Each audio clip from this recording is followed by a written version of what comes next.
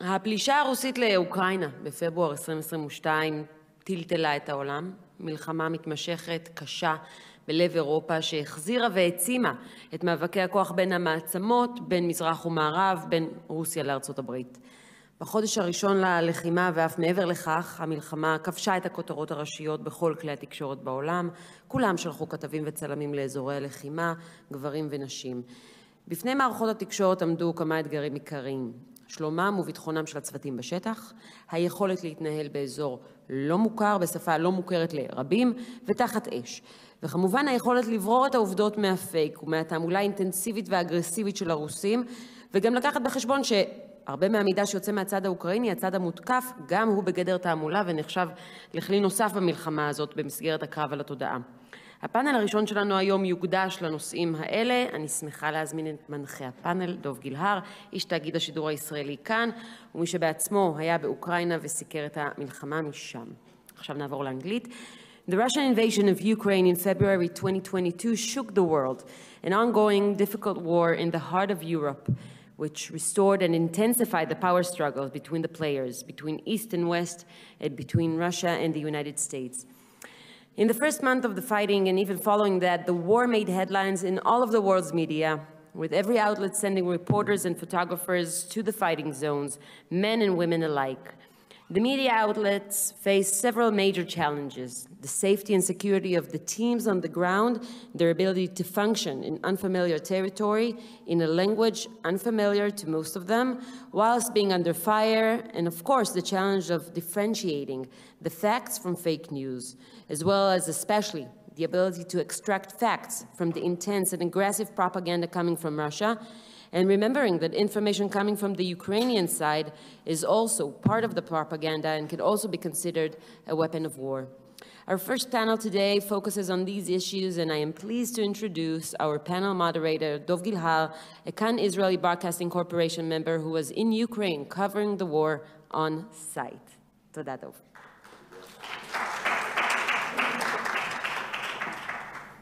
So thank you so much. I'm not a war correspondent, not like the Itai Engel prototype.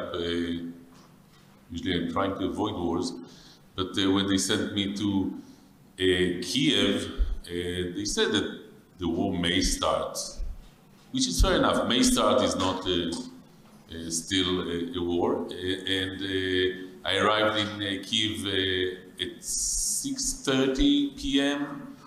And joined Hadass and Erez Cohen, our cameraman, to the evening news at 8. And we were about to fly out the day after, but the war started at about, 4 a.m., 3-4 a.m., so no airports the day after, and there I found myself covering a war, which I haven't done since,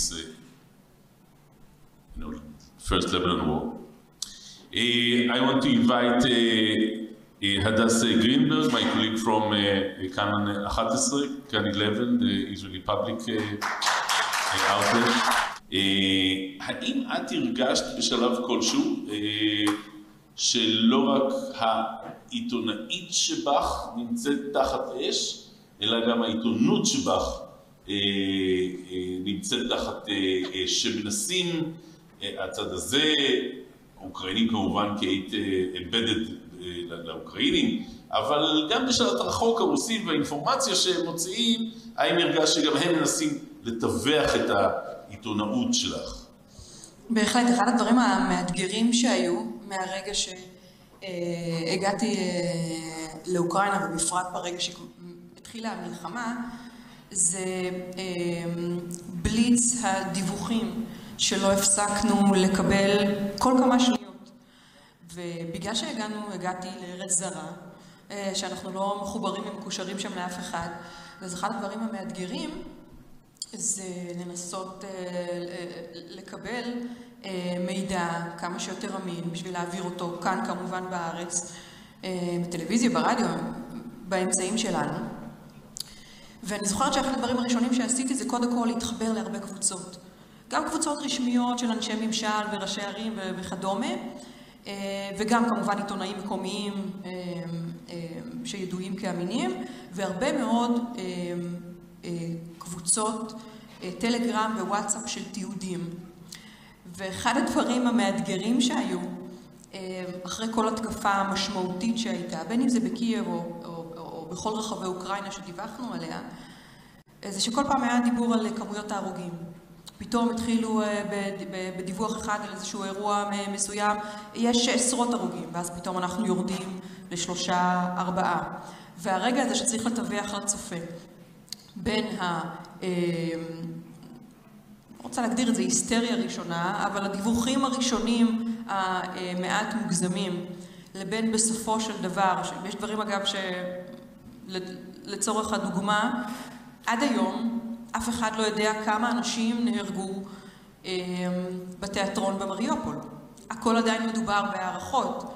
עשו תחקירים, עשו בדיקות, אבל בהחלט היה מאוד קשה גם להיות ניזון מהמידע באוקראינה, שהם מאוד מנסים להסתיר שם את המספרים המדויקים מהאינטרסים שלהם, וגם כמובן המידע שהגיע מרוסיה, שכל הזמן בלא מעט מקרים של התקפות הכחישה את זה שהם אלה שתוקפים.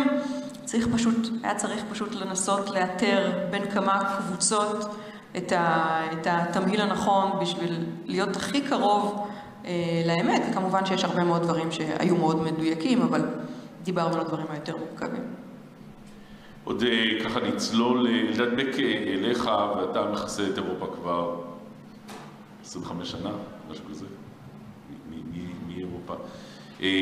אתה מברלין, ואולי לא רק מברלין, הצלחת להפריד בין אמת לספין, אינפורמציה, לטשטוש של אינפורמציה. יש דרך בכלל להתמודד עם זה? תראה, באופן עקרוני יש לי קצת בעיה עם המונח אמת. מה זה אמת? לכל אחד מאיתנו יש אמת משלה. ולכן כשאנחנו מנסים לאמת את הפייק ניוז במשהו אחר, אני חושב שאנחנו צריכים לדבר על פקט ניוז, לא על אמת. למרות שגם לעובדות יש אינטרפרטציות שונות. אותי מברלין וגם מירושלים די משעשע שאנחנו זקוקים למלחמה באוקראינה כדי להתעסק באיך מדווחים על מלחמות. אנחנו חיים במדינה שנמצאת במצב מלחמה כל הזמן, ואנחנו עדים טוב מאוד לעימות התמידי בין פקט לפייק. ואנחנו רואים את זה טוב מאוד כאן, כך שאנחנו לא צריכים ללכת למקומות אחרים כדי לחפש את התעמולה הרוסית או את התעמולה האוקראינית. מצבי מלחמה הם מצבים שהפכו להיות מאוד בעייתיים, כי הרושם שלי זה שהעיתונות, התקשורת, הפכה להיות בהרבה מאוד עימותים מגויסת. יש לנו בכל מלחמה טוב ורע, אנחנו זקוקים לייצר סיפור, ולצורך הסיפור הזה אנחנו עושים מראש, קובעים, הישראלים רעים, הפלסטינים טובים, הרוסים רעים, האוקראינים טובים, ובהתאם לזה אנחנו מתאימים את סוג הדיווח שלנו. במלחמת רוסיה-אוקראינה אתה מטיל ספק בקביעה שהיה צד טוב וצד רע? אין לי שום צל של ספק שהייתה כאן התגייסות מסיבית לצד האוקראיני, בהיותו הצד הקורבן של המתקפה הרוסית, ובתוקף זה הרבה מאוד דברים לא התבררו עד תום. כמו לדוגמה, היה את הפייק ניוז המאוד משמעותי של זלנסקי בעניין הפגיעה בבאבי יאר. פייק ניוז שנחשף על ידי עיתונאי ישראלי. מעניין שצריך עיתונאי ישראלי כדי שיברר את העניין הזה. זה לא מנע מזלנסקי לנאום בפני חברי הכנסת ולחזור על הפייק ניוז הזה, ואף אחד לא בא ואמר, הוא היה צריך ממש להתחנן שיד ושם יעשו איזה משהו בעניין. ואמר לו, עד כאן יש גבול לדברים הללו. וזה נבע בין היתר מעצם העובדה שהחשיפה של רון בן ישי לא זכתה באופן משמעותי לכיסוי בינלאומי. תום גרוב מצטרף אלינו, The Wall Street Journal. תום, שלום. So sorry.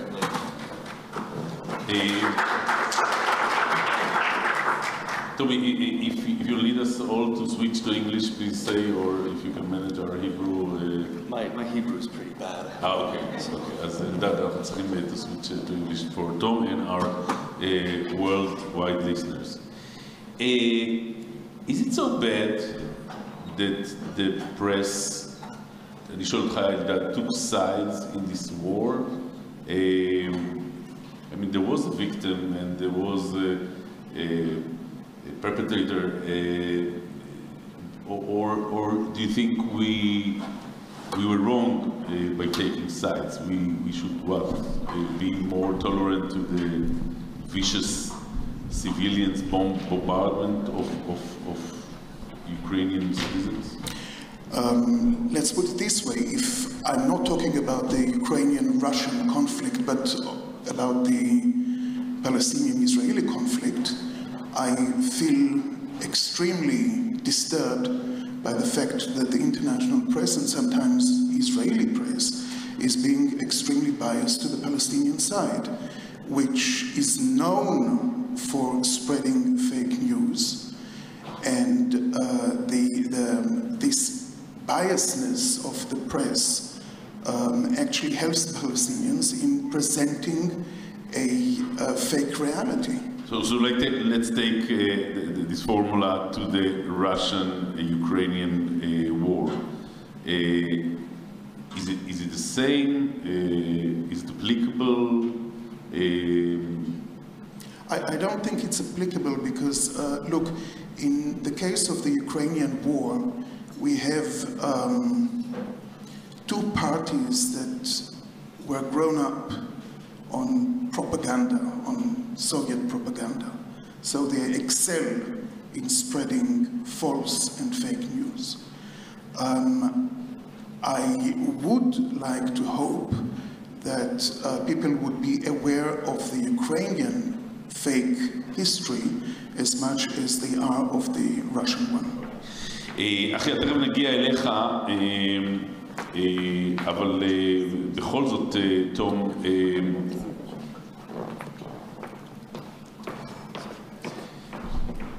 we started this panel by asking, was journalism, and not only journalists, was journalism under fire, not only journalists, some of our colleagues lost their life in this conflict. I'm not sure if you were on the ground, but did you have the feeling as well that journalism is being targeted here, and not only the members of the press? You mean journalism in the broader sense that, in terms of what we do, as opposed to just our physical presence there? I mean, I feel like obviously in any conflict you're going to have both parties want to control the narrative, and there's many ways of doing that. And with social media, it's much easier to do that too. And so, where the space that we inhabit, which is between, looking at what's happening on social media, looking at what's happening on, official sources on social media, it makes it much harder for us to do our job and for us to understand really clearly what's happening. What's your best example from this war of trying to target your professionalism, journalism, trying to recruit you not to the side of facts, but to this side or the other? I mean, I think what we have on the Russian side and the Ukrainian side, I mean, the attempts to control the narrative are very different. I think very early on, you had a number of journalists who had relatively unfettered access, here and there, which is why we had journalists dying, right, in those first months of the war, is that, people could really kind of go in anywhere, right? Going to Hostomel, shortly after it was retaken by Ukrainians, hours after it was taken by Ukrainians. I mean, that obviously presents, security challenges. And then on the Russian side, you have what is a very kind of cohesive narrative that's kind of coalesced on that side. And so, you have to kind of look between basically what is the, you know, the spin on the Russian side, the spin on the Ukrainian side as well, obviously. You know, try very hard, and then try to, you know, stay somehow safe, both as a journalist in your profession and as a human being, you know, between those two sides. If there's one, I think you could basically take any story and look at and pick it apart and say, these were the challenges, and trying to figure out what, you know, what's really happening. Most recently, I was in the south of Ukraine about a week ago, doing a story about the southern front and what's happening there. And obviously, you know, the Ukrainians are very interested in telling, you know, their side of the story. You know, there's a certain amount of probably exaggeration happening there, just as the Russians have, you know, a certain amount of, you know, spin on what's happening on their side too. Do you have a way to filter that? I mean, exaggerations? How do you filter exaggerations? It's very hard. I mean, what we try to do is get as close to the front as we possibly can. You know, what are the towns that the Ukrainians claim to have taken in these counteroffensive? Where literally are they? At what point can we go no further because it's under Russian control? An example about the South Front, the Snake Island, the famous Russian ship "Fuck you," or I think the first news said about all Ukrainian defenders being butchered by the Russians. Then the day after, or 2 days after, you started to find out that they may took them in captivity. So there's lots of challenges, not only in the first days of war, but later on. Yeah, throughout it's been extremely difficult. Achia Schatz is the founder of Fake Reporter.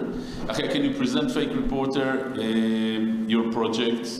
What is it about, and how did you work during the Russian-Ukrainian war? Okay, so Fake Reporter is a social initiative that tries to research malicious activity online by combining professional analyst researchers and crowdsourcing reports from the public. In other words, we believe that the million eyes or billion eyes of the public out there have significant knowledge and understanding in who is attacking them or attacking fact-based conversations. And many times it's it has to do a lot with context and cultural or language context to any phenomenon, specifically in the Russia-Ukraine war. So what we did when the war started, we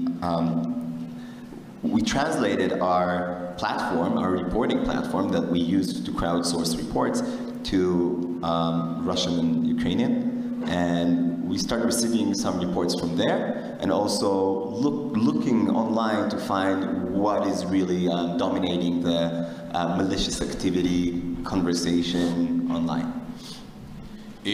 What were the scoops that you found during the days of first month, weeks of the war? Yeah, so it's really interesting to look on the InfoWar online. We specifically try to focus our efforts around social media networks. So Twitter, Facebook, Telegram were huge factors in this war. And from the very beginning, we started receiving report about the most, I think the most obvious tool of the Russians, and that's the official channels of the embassies and the foreign ministry of the Russian government. And what we found out was quite interesting. From the just before the war started, the Russian launched a coordinated disinformation campaign on their social media channels. We're talking about around a little bit more than 200 channels of embassies and other officials all around the world. Such as what? So what kind of... What was the disinformation? Yeah, so think about it as like every embassy in different language is start tweeting or posting things, And specifically before the war, it was just before the war, about the lie of the Western media, that Russia is going to infiltrate Ukraine. It was just like the evening of the war, and there was fake news written all over it, and it was very coordinated all around the world. And what was interesting was so blatantly a lie, because a few days after you could see that this was a lie, and it was something that what was taking our attention. To remind you, even the soldiers, or that were the reports later on, some of the soldiers in the Russian army that invaded the Ukraine didn't know that they are about to invade Ukraine or actually invading the Ukraine. Yeah. I'm not gonna dive into the reality of information inside Russia and outside Russia, because I think it's a huge conversation. I'm not sure that I'm the specialist for that. But the way that the Russians were speaking to the world through those channels, and in the same time attacking the channels, and this is what was interesting. They, from the very beginning, started writing in those posts and tweets, soon we're gonna be taking off of the Western social media. They were attacking Facebook and Twitter for attacking them, for calling them fakes, and calling people to move to VK and Telegram, which are both Russian channels, and they're not moderated so much, and it was much easier for them to talk to their people. What I'll just finish saying, the Russian was wrong. They were wrong because it took quite a good few weeks until Facebook and Twitter really started blocking those channels, or at least diminishing their exposure. So you say that the first big fake news of the Russians were, we're not going to a war, and then they proved that they were about. How about Ukrainian fake news? So we didn't really follow a lot of Ukrainian fake news. In that way, we chose a side. Yeah, we obviously understand that we choose a side, and it's because we felt that this is a matter of life and death. We're not here to be. We're not here to be. Checking how much of Ukrainians are following are like actually accurate in their propaganda, which we all understand that is going around war. What we focused on was the mechanism, and that's what we do a lot in Fake Reporter. We don't really whack-a-mole lies all the time and do fact-checking. We try to describe mechanism and players in the field that are the engine behind the lies. So we were focusing on the relation between the Russians and those social media, and it wasn't the last lie. Right after was this big lie about the biolabs that were found, and later another lie around the Mariupol bombing. And what was common to all of these, and maybe if we'll have time later we'll talk about that the angle that the Russians were taking was war on fakes. They were doing fact-checking, and that's a very strong way to fight against fact-checking. Yeah. Eldad, you said before that your problem with journalists being biased, taking sides here in the Israeli-Palestinian conflict, and also, if I understood you correctly, in the Russian-Ukrainian conflict. Now, Achia admitted just now, he took sides, he sided with the Ukrainians. Can you be unbiased in such a war when the Russians announced in the first or second day of war that any journalist that will not follow their line is, there was a legislation in the Russian parliament, if I'm not wrong, whomever, What you're allowed to say and what you're not allowed to say. I don't know in what sense. Even calling the war a war and not a special, מבצע, operation, yeah. that could bring you to jail. Listen, I'm not a Russian journalist, therefore I'm not.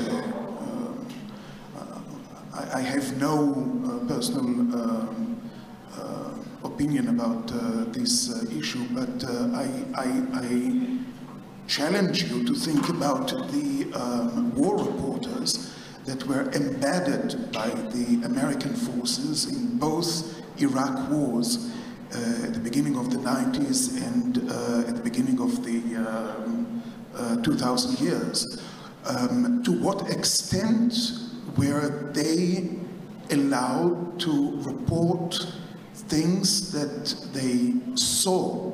To what extent? They risk their liberty. They would go into jail for reporting what they saw. Well, I do remember, once again, some Israeli journalists. One of them was the chief editor of Israel Hayom until recently, was held and imprisoned by the Americans because he came to places they didn't want him to be in. So, war situation is a very problematic situation for journalists. First of all, we have to make it very clear. Journalism is a dangerous profession. This is it. And journalists die because of doing their jobs, either in war zones or either in countries where you have corruption like Mexico. Covering drug trafficking? Exactly. So this is the reality that we have to deal with. Each one of us takes the decision to what extent he wants to risk his life. This is something very personal. However, those who are directing the war are doing everything possible that you as a journalist would not be able to do your job. So I do not think that the war in Ukraine is extremely exceptional to other situations of war that we've seen abroad. By the way, there are no journalists embedded to the Russian army, maybe just one Chinese. It's much worse than that. I've tried to go to Russia several times recently to report on the Russian side, and they don't let you in. Right. Okay. Adassa, but I do want to ask Tom about siding with one of the sides. Naturally, the victim here, I think there's no disputing that the victim is the Ukraine and not the other way around. Do you think it interfered with your journalism, the empathy, the sympathy that you felt with the victim, stopped you from, prevented you from doing this and that? It's funny, I mean, I come at this from a, is this on? I'm not sure. Maybe just. Hello? Hello?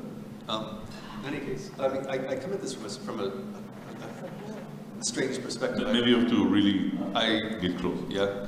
I lived for 10 years in Moscow, and so and my entire job being there was to explain Russia to Westerners, to Americans, and I tried very hard to kind of get into the Russian mindset and try to understand, because I think if you look at what Russian kind of national interests are, you start to understand why they do things in a certain way. When the war came along, I mean, that obviously that changed everything. It felt irrational to me, based on what I understood about how they saw their own national interests, national security interests. And so, it confused what I knew about Russia.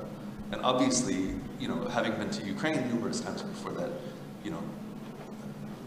caused great pain watching places that you know and you've seen and you've been in many times, get bombed. It's hard not to embrace that human aspect of yourself. But I think what made me increasingly sad was that because of this fake news, because of what you talk about in terms of the kind of the very coordinated media strikes on how we look at the war, we start to use Russian sources less because they're not credible. It's just what you do with any source as a journalist, is that you start to use those who you see lie regularly, you use them less.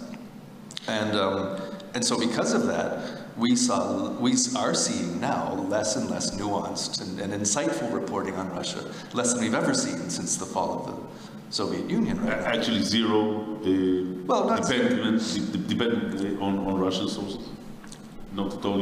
Oh no, I mean, I think people still use Russian sources. I mean, we still have to use Russian sources to try to get some semblance of order of what's coming from Russia and what's happening in Russia right now.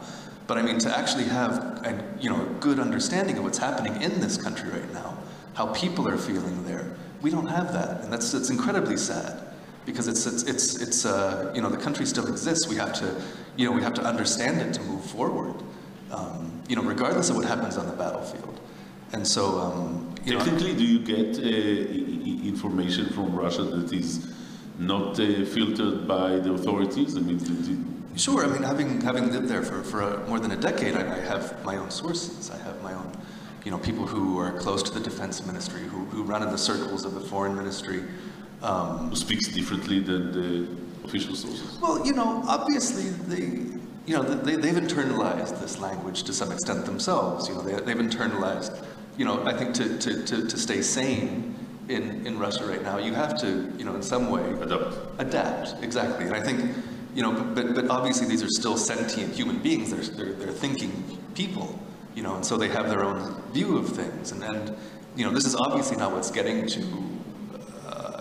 That's not what's coming over, state-sponsored Twitter accounts by any means. But it's only just these little glimmers of light of real people thinking that so seldom comes into, I think, whether it's Western press or Russian press, even any press at this point. It's very difficult. אני אעשה לך, ואז היה את היום הזה שהגעת לבוצ'ה באמת, הדיווח הבאמת מצמרר הזה שהוצאת משם. אני חייב לשאול אותך, כי אני הייתי בצד השני, בצד של המערכת ודדליין, וצריכים להגיע לשידור. כשהרוסים נסוגים, ואת עוברת לאירפין, והיה קצת יותר בטוח מכמים קודם להגיע לאירפין, ואז לבוצ'ה, ואת מגיעה לקבר האחים הזה, ורואה שם את מה שאת רואה. יש לך בכלל יכולת כלשהי לדעת מה בדיוק קרה שם? מי הרג את מי טבח את מי? הרי שבועות אחר כך, אולי גם חודשים אחר כך, עוד היו את הצילומים האלה שהתחו מלמעלה, צילומי אוויר, והשוואה למה שצילמו מלמטה. יש דרך בכלל לדעת, או שאתה מראש אומר, מה שאני רואה זה מה שאני מדווח לכם, כי אין לי דרך בדיוק לומר מה קרה. אני יכולה לומר לך שאחד הדברים שהיו הכי מאתגרים, קצת אחרי שנכנסתי לאירפין, אז נכנסתי לאירפין ואין קליטה ואין אף אחד בפנים, אבל בשניות הבודדות שפה ושם תפסתי קליטה, התחילו השמועות על קבר האחים בבוצ'ה. ודיבר איתי עורך המהדורה, ומאותו הרגע מה שישב לי בראש, לראות אם זה שמועות פייק ניוז, או האם הדבר הזה הוא אמיתי, כי ראינו לא מעט פייק ניוז מתחילת המלחמה, בעיקר במספרי הרוגים, בין אם אנחנו מדברים מאזרחים לחיילים וכדומה. וברגע שנכנסתי פנימה, קודם כל לבוצ'ה, לא היה אף אחד ברחוב, אז פגשתי שני אנשים, שניהם אימתו לי שיש קבר אחים, שניהם אימתו שהם מכירים גם אנשים שמתו שם, וסיפרו סיפורים של איך הרוסים צלפו בבן משפחה או קרוב או שכן שהם שמעו, אבל הדבר הראשון שהיה לי הכי חשוב זה קודם כל לראות אם קיים הדבר הזה בכלל. ואני זוכרת שנכנסתי לתוך הכנסייה, מאחורי הכנסייה, שם היה קבר האחים, ואחד הדברים שאני רואה זה בעצם 3 קברים. ואני אומרת, אוקיי, המחשבה העיתונאית המהירה בראש, אוקיי, גם זה היה פייק ניוז.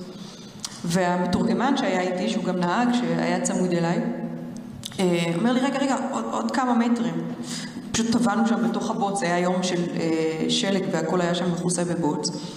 ואז באמת, שהתקדמנו את הכמה צעדים האלה קדימה, וגילינו את קבר האחים הזה ואת כמויות של הגופות, אז הפרספקטיבה של הפייק ניוז מתפוצצת לך בפנים. במיוחד של הנושא הכי חשוב שהיה באותו היום, אחד הדברים לצערי טרגיים שראינו מתחילת המלחמה. ברגע שאתה רואה את זה בעיניים, נגמר הפייק ניוז. מי בדיוק הרג את כל ה-67, והאם אחד מת מדום לב ברחוב, או 45 מתו מצלפים רוסים, עד עכשיו אף אחד לא יודע ב100%. אבל העדויות שנגבות עוד ועוד מאנשים שגרו בבוצ'ה. אני רוצה לקטוע אותך, כי בסייקי הקולקטיבי היהודי, גיא הריגה זה מקום שבו מעמידים אנשים על פי הבור וקוצרים אותם עם מקלים. לא, העניין שם היה אחרת. היו שם ערימות של גופות ברחובות. אנשים, גופות פזורות ברחובות בבוצ'ה. ומה שעשו ברגע שיצאו הרוסים החוצה, ריכזו אותם, פשוט שלא יירקבו ברחובות. אז לך כעיתונאית שמגיעה לנקודה הזו, תכלס, באמת אין דרך לדעת מה קרה שם מסביב. לא, יש לי דרך מעט לדעת, שוב אמרתי שני אנשים, אנחנו מדברים על בוצ'ה 30,000 איש, היא מונה במלחמה כמובן אספו אותה יותר ממחצית, אבל שוב אין לי דרך לדעת כמה מתוך 67 שבתוך קבר האחים הם נורו או חטפו דום לב או... ולכן לא נכנסת לזה בכלל כמה שזוכר. נכון, ציינתי שיש גברים, נשים וילדים, אבל ראינו את השטח וראינו עדיין גופות מסתובבות בתוך בוצ'ה בכבישים, לא רק שם, גם בירפין, אבל אנחנו נוגעים רגע בבוצ'ה. אז ההיגיון שדרכו אתה הולך הוא ש67 אנשים לא מצאו את מותם כי התחיל לרדת שלג או כי היה להם בודד במרתף שבו הם הסתתרו. ושוב, אחר כך זה גם הוכיח את עצמו ממה שספר. משהו קרה שם, זה ודאי, והיו תחקירים שגם הסבירו מה בדיוק קרה שם. אחיה, אז אפשר לומר שפייק ריפורטר, can you say that fake reporter, I mean, embedded itself, sided with the Ukrainian side, just as simply as that?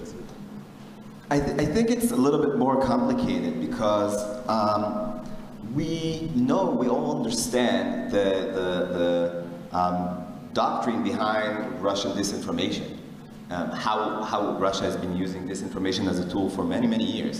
And we came with the knowledge that this war is going to be different than the wars that we usually see around when it goes to information.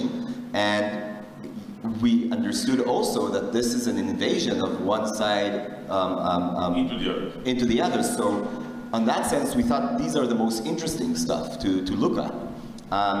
But indeed, I think that we have our activist side that is siding in one place, but not in a way of creating some sort of false information, but more creating the knowledge that would give both journalists and the public the ability to defend themselves from disinformation. And this is exactly what we did, and I can give examples. First we worked with many journalists in Israel, international, from Washington Post and New York Times, and Forbes and Reuters and so on.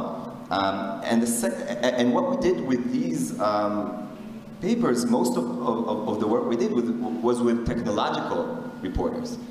And we tried through them to explain the threats of disinformation in this war and how are they formed. For example, when we found all those coordinated campaign by Russia spreading the lies about the bombing in Mariupol, we attacked Facebook and Twitter for not taking responsibility on them being enabling a tool of war on their platforms. And it took us about a month until, in the end, Facebook and Twitter came out and said, we've listened to professionals that were speaking to us about what is our responsibility around information, and they diminished to almost zero the exposure of those channels, and they also tagged them as official Russian channels. This could have been done in the beginning of the war, and it just gives an example how technology is still so way ahead. Generally, new media is ahead of traditional media, and in many ways, traditional media follows new media's style and reporting, and that's in many cases the way fake news is of misinformation is being spread. The journalist union conducted a survey. אני יכול להגיד את התוצאות כי ראיתי את הקומוניקט. I don't remember the numbers, but the public still give more credit to traditional media outlets than to social media. But does suspect that there is some fake news also in traditional media, not only on social media. But then again, journalists on the ground, and thus can contribute, and Tom as well, do rely on social media when they collect the news, right? I mean, the only way actually now to reach and dig a specific, incident, some bomb that fell on some shopping mall is via social networks. So actually, the public should know that some of our information, if not the majority of it, comes from social media.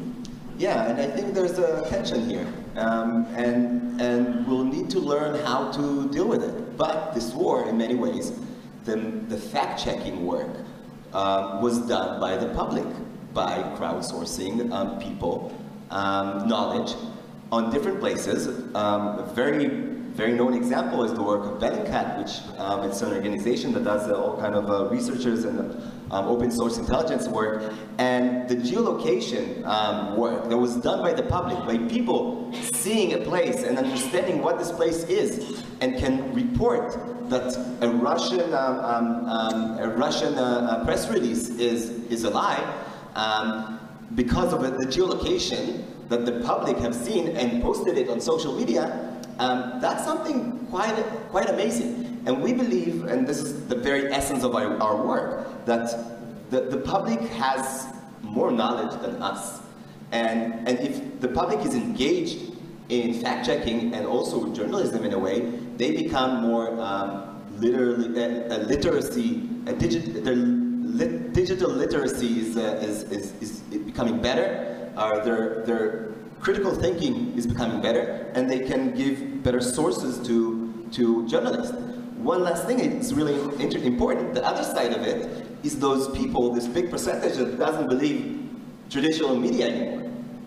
Those years of campaigns against traditional media has succeeded to create a big amount of people in every country. And in this war, the Russians were, in a very smart move, were targeting these audience. The biolabs story, which of a conspiracy of America, of the United States funding biolabs of a biological weapon in Ukraine, including in some reports the corona itself, the COVID itself. We've seen how they targeted anti-vaxxers or Trump supporters, people that don't believe traditional media, and they have some sort of already tendency to believe those lies because Trump has spoken about how the COVID was man-made by someone, and because also anti-vaxxers are very good with conspiracies, so it works very well with them. And that was the tool for the Russian to spread those lies all over the West. It was really difficult to tell facts from disinformation or misinformation. A week after there was that, or maybe 6 days, my bosses called me to ask if I think staying in Kiev is dangerous. And that was after the news spread out that a line of Russian army, 64 kilometers, it started with 20-something that grew to 64, is on the way to Kiev. And I said, boy, of course it's dangerous. When the 64 kilometers of tanks will enter Kiev, there'll be bloodshed here. And we can stay here, sure, but no guarantee that we'll be able to come out. Now then the 64 kilometers of tanks faded out to I don't know what, and then it was gone. So my question to you is, and there were reasons to that. My question to you is, how do you find the truth in such a complicated war zone when there is no reliable source to rely on? I don't know if the IDF spokesman is that reliable, that you can, take his word for granted. But there was no IDF spokesman neither on the Russian side nor on the Ukrainian side. So what are your tools when you're in a war zone? Well, I think, we talked about social media, and obviously it's important to understand. I mean, it's an incredible tool. The fact that we can literally look and see what people are seeing, thousands of miles away, what dozens of people are seeing, but it's still a starting point. It's a starting point. It's a place where we can move from to try to, confirm basic facts, either from spokespeople or from, what we see on the ground, or from, the reports of hospitals nearby. There's any number of avenues that you have to take, and you have to take as many as you can, because obviously, spokesmen give you a version of what's happening. You have to talk to the people who have been there. Who do you know in this town? Who's been there? Who saw that? Who saw a bang, or at least saw some smoke or something? And you're always quoting, right? I mean, at least in the first hours of the events, you must quote because you have been there. Absolutely. I mean, what we do is, just the way a news story is formed, it's like you have, what is undisputed, and then you have different versions, going down. The more time you spend on one means that there's more credence to that version, or there's more details to it, which lends itself to being believed. So I think it's you have to be incredibly creative in the way that you confirm these things. Not through social media is incredibly important, and the kind of the crowdsourcing of geolocation and all that is important, but for us it's only a starting point. We can't use that. But it's a way of getting on perhaps the right track. How often did you find yourself telling your editor in the newsroom, I don't really know? We talked a few minutes ago about the theater in Mariupol. So I had with my editor a little bit argument before one of my reports. He said, listen, in all of the world, everyone reports hundreds of people dead, you need to say it. So I said to him, no, I don't know if hundreds dead over there. I will not say something that I didn't get any proof of it. So when we finished this small argument, we decided that I will say that it might be a lot of people maybe died over there. We don't know the numbers, and we're gonna keep updating you when we'll know the exact number. So that was one of the difficult thing to do, to report, because we talked about it earlier. We don't have numbers almost of anything. Even the Ukrainian, when they update the number of the soldiers that dead from the Ukrainian side or the Russian side. Take 40% down. What? You should take 40%. I don't know if 40%, but I'm taking it, and I don't see it as fact, and that's it. So they published the numbers of the tanks and everything that they destroyed for the Russians, and so far, in such a war like this in Ukrainian land, I learned that if you compare it to Israel, it's much more difficult, as we talk about it, to get the facts, because over here you have Dover Tzahal, but it's not that Dover Tzahal, it's much we at least know the numbers, and we trust them when they give us the numbers of dead people or soldiers, of course. But in Ukraine, even when I spoke with military guys, with generals and spokesmen from the military, or also from people from the government, I still take the small risk that the numbers or thing they telling me, it's not the full truth.